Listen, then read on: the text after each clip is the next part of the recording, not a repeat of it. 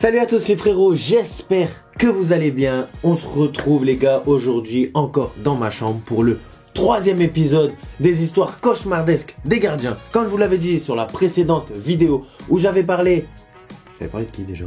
D'un gardien anglais, David James. La deuxième, des galères que Pascal Olmeta, gardien français, avait subi, que vous devez connaître normalement. Et la troisième, une histoire qui nous a tous glacé le sang. Aujourd'hui, c'est le troisième épisode des gardiens qui ont vécu un cauchemar dans leur carrière. Et je pense que ça va être le dernier épisode. Ça me fait plaisir de vous en parler, de vous transmettre un petit peu de culture au niveau des gardiens. Aujourd'hui, dans cette vidéo, 3 histoires cauchemardesques et les 3 histoires pour des raisons encore différentes. Vous allez voir, vous allez être surpris, c'est le but de cette vidéo. Et on va voir tout ça après l'intro. Bah.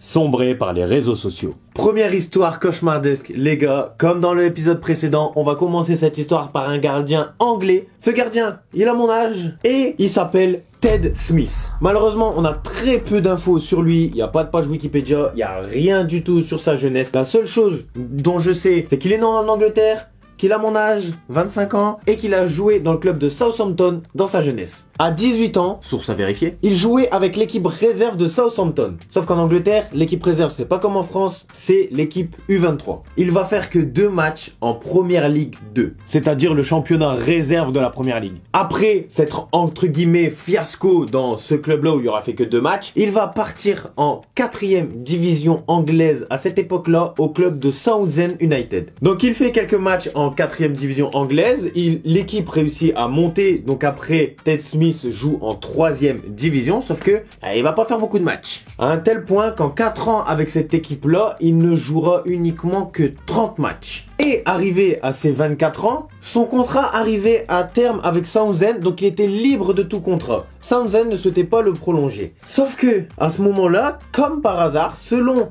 la source RMC Sport, Tottenham, ils étaient en train de chercher un gardien remplaçant pour son équipe réserve ou son équipe première, pourquoi pas par la suite sur le long terme. Et Tottenham, il s'était intéressé à son profil. Vous imaginez, vous êtes là en Ligue 1, en D3 anglaise, et il y a Tottenham qui toque à votre porte, tu vois. Même si c'est pas pour être numéro 1, c'est quand même quelque chose de prestigieux, quoi. Sauf qu'à ce moment-là, Ted Smith, il va faire un choix radical. Mais vraiment un choix, je vais vous dire ce qu'il a fait, vous allez tous me dire, mais il est con quoi lui? Ce mec-là, il a décidé d'arrêter sa carrière. Stop le foot, fini. Je veux plus jouer au foot. Ouais, il y a Tottenham qui me suit, ok, j'en ai rien à foutre, moi j'arrête le football, ciao. Mais à votre avis, pourquoi? En fait, ce gardien-là, il ne supportait pas la pression qu'il subissait à travers les réseaux sociaux. La pression et le harcèlement mis en place dans les réseaux sociaux lui a rongé l'esprit à un tel point qu'il ne prenait même plus de plaisir à faire du football. Il disait même que ne serait-ce qu'un seul commentaire pouvait l'affecter pendant toute une semaine. Vous imaginez, le gars, il est en 3e division et il a un état d'esprit comme ça. Alors imaginez-vous le jour où il va être en Première Ligue. Ça, c'est pas une seule critique qu'il va recevoir, c'est des dizaines de milliers.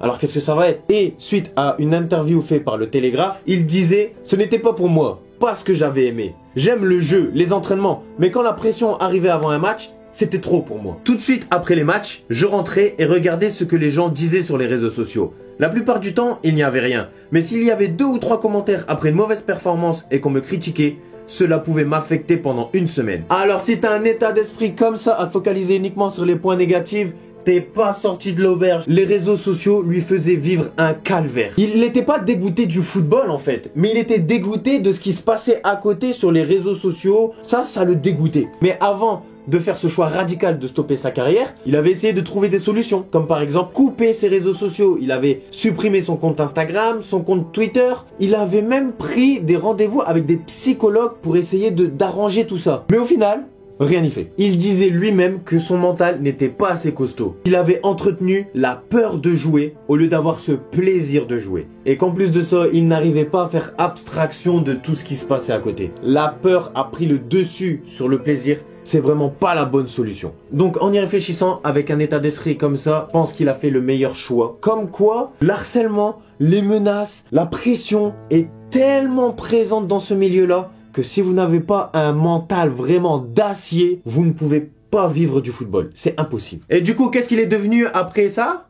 Eh ben j'en sais rien, il est tombé aux oubliettes. Le gardien moqué de tout le monde. Cette deuxième histoire les gars, je suis sûr et certain, vous la connaissez tous. Mais je trouvais ça important d'en parler parce que vous n'avez pas eu conscience de ce qui s'est passé à l'intérieur. Et ce gardien là, en question, j'ai le sourire quand j'en parle parce que ça va être drôle.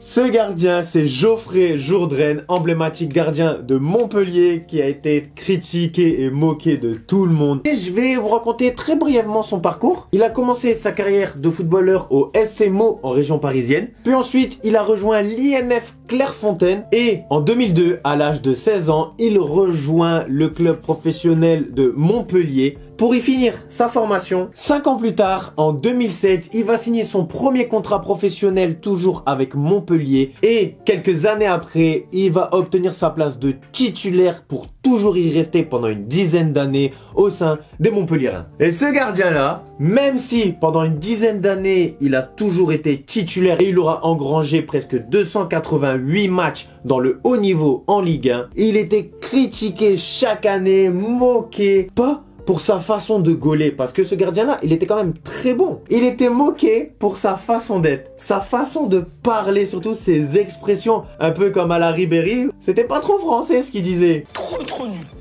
Je pense qu'il n'y a que moi qui étais nul à Metz. Franchement Geoffrey, je suis désolé, mais cette vidéo-là, je vais m'en souvenir toute ma vie. Elle était trop marrante. Et il y a pas que celle-là, il y a aussi celle-là. Un bon conducteur, c'est quelqu'un qui fait attention sur la route, qui prévoit l'imprévu. Ou même celle-là. On en parlera peut-être après, mais est-ce qu'on peut parler d'un match raté côté Montpelliérain? J'étais à la merde. Non Geoffrey, c'est trop ce que t'as fait, c'est trop. Non mais honnêtement, ce gardien il était tellement atypique. Sauf que vu que cette histoire vous la connaissez tous, pourquoi la mettre dans cette vidéo là? Eh ben c'est simple, parce que ce que vous ne saviez pas, après le match du dimanche soir, t'avais le J+1. T'avais un homme qu'on admirait tous, qu'on adorait parce qu'il nous faisait tous rire, c'est Julien Cazard. Et ce Julien Cazard va faire vivre un calvaire à ce Geoffrey Jourdain, à un tel point que ça rongeait l'esprit de Geoffrey Jourdain. Il y a même plusieurs articles de presse qui décrivent le même titre, et c'est celui-là, Julien Cazard, il a brisé ma carrière. En gros, ce Julien Cazard, il s'est tellement moqué de Geoffrey Jourdain pendant des années que ce gardien-là, au bout d'un moment, il en avait marre, il a failli péter un câble et il a même déclaré ça dans son interview. Je n'ai pas peur de le dire, Cazard a brisé ma carrière. Je faisais partie de ses cibles chaque semaine et à chaque fois, le lendemain, tout le monde m'en parlait. Je me suis demandé si je n'étais pas un poison pour mes coéquipiers. C'est devenu tellement dur à vivre que j'ai demandé de l'aide à mon club. J'étais à 2 doigts d'attaquer Canal+ en justice. Alors certes, c'est marrant pour nous de se moquer un petit peu de lui, de sa façon d'être, ça reste que de l'humour. Mais lui, à force de subir des critiques, des moqueries, etc., ça lui ronge l'esprit et c'est normal. Vous vous imaginez, tous les week-ends, il fait un match, même s'il fait un putain de match, on se moque encore de lui. Et le lendemain, il se pose des questions, il va voir son équipe, il se demande si c'est un poison, tu vois. Et franchement, même avec ce contexte-là, continuer à faire de très bons matchs, franchement, c'est remarquable. Parce que je suis sûr qu'il y a beaucoup de gardiens d'entre vous, peut-être moi y compris, j'aurais subi ne serait-ce que un quart de ces critiques. Je crois que ça m'aurait rongé l'esprit, j'aurais peut-être arrêté ma carrière. Mais vous vous imaginez à un tel point que ça lui a tellement fait du mal qu'il a failli attaquer Canal+ en justice. Bon, je vous avoue que ça m'a pas empêché de me fendre la poire devant J+1 avec Julien Cazard. Pour vous dire, les gars, qu'on a beau être footballeur professionnel, qu'on a beau avoir un mental d'acier, si au bout d'un moment on est toujours la cible des critiques, au bout d'un moment on peut péter un câble et c'est normal, on est humain et ça a failli être le cas pour Geoffrey Jourdain, mais je voulais souligner son mental d'acier, le gardien fusillé. Bon les gars, pour cette dernière partie, j'ai changé de vêtements, ma barbe elle a un petit peu poussé parce que j'ai fait cette partie quelques jours après. De base, je voulais parler de ce gardien mexicain qui s'est fait une blessure horrible, une luxation du genou. Je savais même pas que c'était possible ça. Mais pendant que je voulais faire mes recherches sur ce gardien mexicain, j'ai trouvé une histoire encore plus folle que celui-là. Et on va parler de l'ancien gardien togolais Kodjovi Obilale. Et tous ceux qui ne connaissent pas cette histoire, je peux vous dire que c'est la pire histoire que j'ai connue. Tellement horrible et injuste que entre faire 20 ans de prison comme le précédent épisode ou alors être dans sa situation, Franchement, il y a un dilemme. Kodjovi Obilale est né en 1984 au Togo. Il fait du football au Togo jusqu'à l'âge de ses 16 ans où il fait des essais qui sont concluants au Chamois Niortais en France. Et l'année d'après, à ses 17-18 ans, il rejoint le FC Lorient, toujours en jeune. Sauf que en 2003, un an après avoir rejoint Lorient chez les jeunes, il revient au Togo et fait 3 ans à Lomé. Et après ces 3 ans, il revient en France pour un club amateur en Bretagne qui s'appelle Kévan. Et 2 ans après, en 2008, à l'âge de 23 ans, il rejoint le club amateur de Pontivy en Bretagne qui à l'époque jouait en CFA. Et son histoire commence en 2010 à l'âge de ses 25 ans. Ce gardien togolais est convoqué pour participer à la CAN 2010 en Angola. Quelques jours avant la participation de la CAN, tous les membres du staff et participants togolais rejoignent l'Angola en bus. Sauf que, à ce moment-là, un événement tragique va bousculer sa carrière et l'histoire du football africain. En effet, au moment de passer la frontière angolaise, le bus togolais est victime d'une attaque terroriste. Non pas par Daesh, comme on a l'habitude d'entendre, mais ils sont attaqués par un mouvement indépendant qui revendiquait l'indépendance du Cabinda, qui est une province de l'Angola, mais plus particulièrement, il est enclavé dans le RDC. Et ces assaillants-là réclamaient l'indépendance de cette province, sauf que cet attentat-là n'est pas sans conséquence. Il y aura 3 morts. Le chauffeur, le sélectionneur j'ai failli faire une... Allez, je vais la refaire. Et suite à cet événement-là, il y aura donc 3 morts.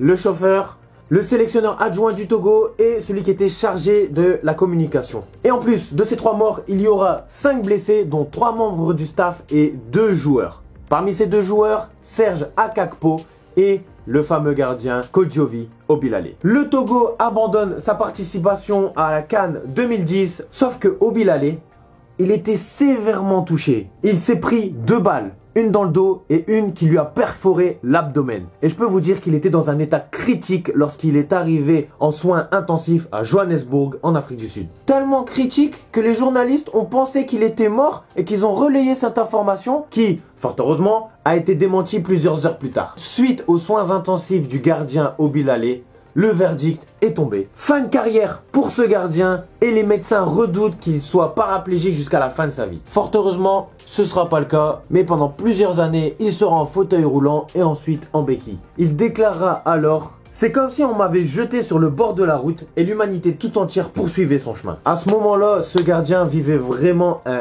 calvaire. Vous imaginez, vous êtes là, vous voulez participer à la CAN 2010 et vous vous retrouvez quelques jours après handicapé à vie. C'est vraiment quelque chose d'horrible. Tu passes d'un rêve à un cauchemar du jour au lendemain. Malgré cette tragédie, il est très reconnaissant envers le peu de personnes qui lui ont tendu la main. Comme par exemple l'emblématique joueur togolais Adebayor et Samuel Eto'o qui eux deux l'ont aidé financièrement à se soigner, à se rétablir. Je le rappelle, ce gardien-là est un gardien amateur, donc il n'a pas du tout les mêmes revenus que ces 2 joueurs-là en question. Et aussi surtout, le très connu entraîneur français Christian Gourcuff qui l'a aidé à sa reconstruction. Parce que je le rappelle, ce gardien-là est un breton. Et justement, pendant sa période de reconstruction, ce gardien-là, il doit changer son avenir. Il doit accepter le fait d'être handicapé du jour au lendemain. Plusieurs années après, il continue à être sur les terrains, mais de l'autre côté, c'est-à-dire qu'il fait entraîneur de gardien pour un certain club breton. On peut pas quitter le football comme ça, on aime trop le football. Et il en profite aussi pour raconter son parcours et son histoire, pour inciter les jeunes à se rendre compte de certaines choses. Et pour ça, ça lui tenait à cœur de rédiger un livre qui s'appelle Le Destin Foudroyé, où il raconte son histoire, qui remercie tous ceux qui lui ont tendu la main et qui fait certains témoignages, comme celui-là. Maintenant, tout le monde m'a oublié. Et moi, aujourd'hui, je traîne mes béquilles. Tous ces gens qui, à l'époque de l'accident, venaient me promettre monts et merveilles. Il y a beaucoup de gens qui sont venus me dire qu'ils seraient là pour me soutenir, pour m'aider. Aujourd'hui, il n'y a rien. Ils m'ont laissé tomber.